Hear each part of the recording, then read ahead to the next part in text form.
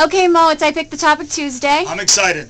Give me a summary of Mike Brown and Marvin Lewis's press conference. If you missed the press conference earlier today, that's right, talking about football, so I got a hold of football. If you missed the press conference earlier today, Mike Brown and Marvin Lewis addressed the media. We did not carry the press conference. Anyway, Mike Brown came out and for like 8 minutes talked about the history of NFL labor disputes, and that was not riveting. And then he said he's not going to trade Carson Palmer, essentially because he's not going to reward him for his disloyalty. But he said he liked him as a person, which is key. He's still not going to trade him, which is stupid. And then Marvin Lewis came out and really didn't say anything newsworthy. Said the structure of training camp's going to change a little bit. Used the word football a couple of times. Said it's going to be a little bit different. They know they have a lot of work to do on and off the field. But then Mike Brown came back and spoke for a few more minutes. And Mike Brown press conferences, first of all, there's not nearly enough of them, and that's probably a good thing. But usually when he speaks, I don't find myself nodding along in agreement. But today I did.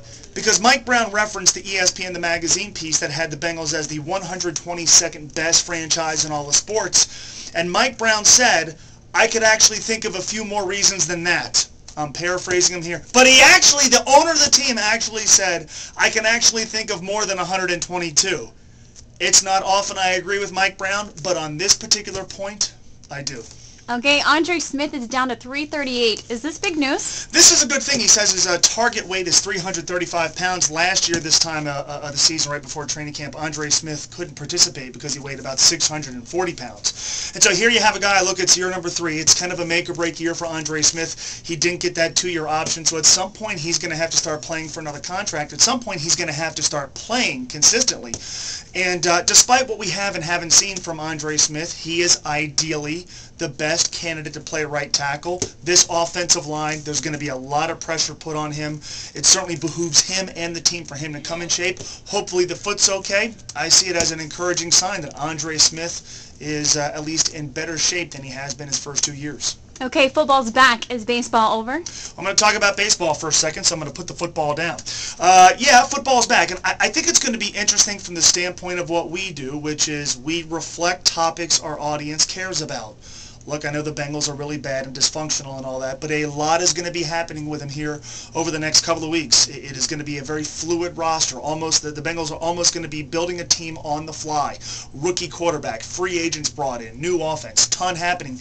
I think it's going to be interesting to see as all that happens, as the Reds kind of keep it in neutral and sort of stay in it. Maybe don't, maybe not, maybe make a move, maybe not, maybe make a move on the field, maybe stay stuck in 4th place. I think it's going to be interesting to see if the dynamics of what we do shifts. Last year, with the Reds charging toward the postseason, Bengals topics really didn't get started until September. Now, that's kind of on the host, but it's also on our audience. And so I think it's going to be interesting to see over the next couple of weeks what you're more interested in.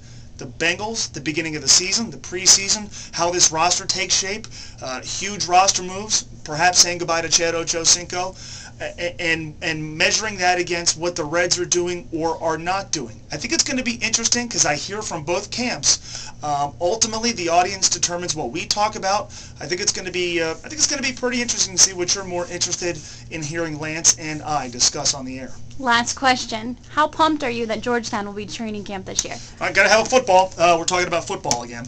At Georgetown, no. Look, it's a nice little place. I'm sure it's a great school.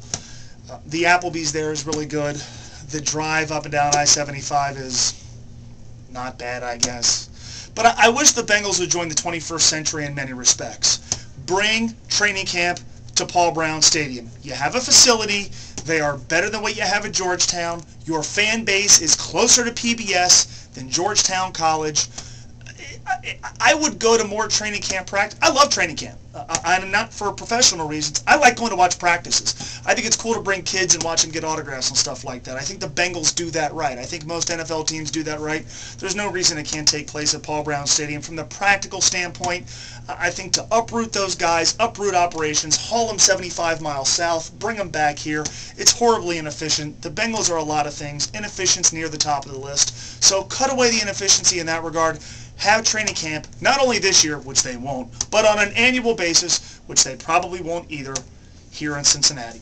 Email me your thoughts, mo@espn1530.com, or shoot me a tweet at moegger1530.